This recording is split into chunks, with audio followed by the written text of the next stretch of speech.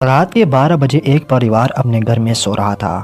تبھی اچانک ایک تیز آواز کے ساتھ سب کی نیند کھل گئی۔ پورا گھر آگ کے لپٹوں میں گرا ہوا تھا۔ گھر بھی تہس نہس ہو چکا تھا۔ کسی کو کچھ بھی سمجھ میں نہیں آ رہا تھا کہ آخر ہوا کیا ہے۔ تھوڑی ہی دیر میں انہیں پتہ چلتا ہے کہ ایک پلین ہمارے گھر میں ہی گر چکا ہے۔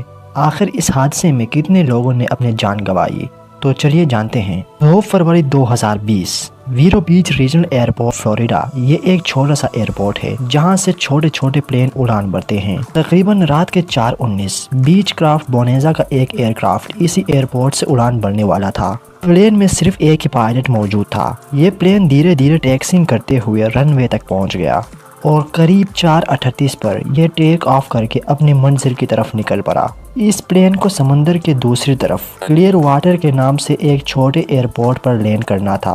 یہ بھی فلوریڈا میں ہی موجود ہے۔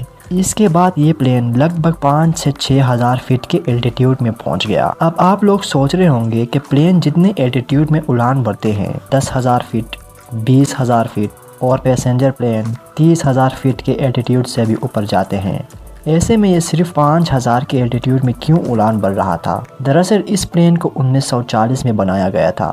اس وقت چھوٹے پلین میں پیسٹن انجن کا استعمال کیا جاتا تھا۔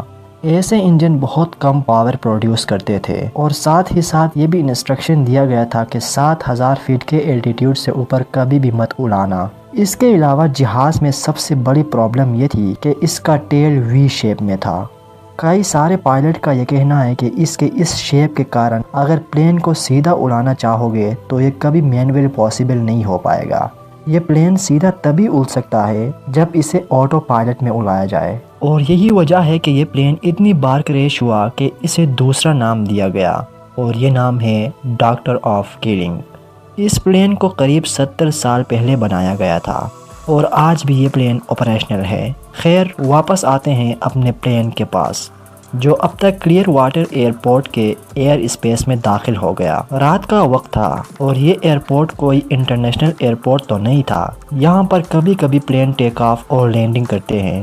یہی وجہ ہے کہ رات کے اندھیرے میں رن وے کے لائٹ کو آف کر دیا جاتا ہے۔ جب ایئرکرافٹ رن وے کے پاس پہنچا تو پائلٹ کو رن وے کا لائٹ دکھائی نہیں دیا، اس لیے وہ ATC سے بات کر رہے تھے۔ اب یہاں پر پائلٹ نے اپنے فریکوینسی کو چینج کیا تاکہ وہ گراؤنڈ کرو سے کنٹیکٹ کر کے یہ کہہ سکے کہ رن وے کے لائٹ کو آن کرو، ہم ایئرپورٹ تک پہنچ چکے ہیں۔ اسے کچھ یوں سمجھے کہ پائلٹ نے پہلے ATC کا نمبر ڈائل کیا، پھر ہولڈ کر کے گراؤنڈ کرو کو کال کیا۔ حالانکہ پلین میں کال کرنے کے لیے فون نہیں ہوتا بلکہ ریڈیو کے ذریعے کال کرتے ہیں۔ الگ الگ لوگوں سے بات کرنے کے لیے الگ الگ فریکوینسی ہوتی ہے، جیسے فون میں الگ الگ نمبر ہوتا ہے۔ جیسے ہی پائلٹ نے ریڈیو فریکوینسی کو چینج کر کے گراؤنڈ کرو سے بات کرنے کی کوشش کی، تبھی اسی وقت پلین کا انجن فیل ہو گیا، انجن سے دھواں نکلنے لگا۔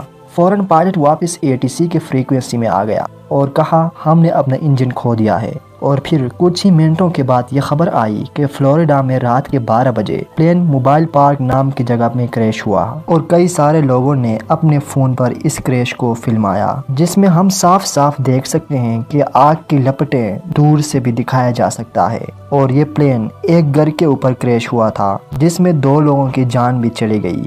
آئی وٹنس کی مانے تو پلین ہوا میں ہی آگ کے چپیٹ میں آ چکا تھا اور اچانک تیزی سے گھروں کے بیچ میں کریش ہو گیا۔ جب تک آگ بجھانے والی گاڑی آئی تب آگ بجھانے کے لائق کچھ بچا ہی نہیں تھا۔ بتایا جا رہا ہے کہ جب پلین گھر میں گرا تب اس گھر میں تقریباً 9 لوگ موجود تھے۔ 7 لوگ کسی طرح سے تو نکل گئے اور 2 لوگ باہر نکل نہ پائے، ان کی موت ہو گئی۔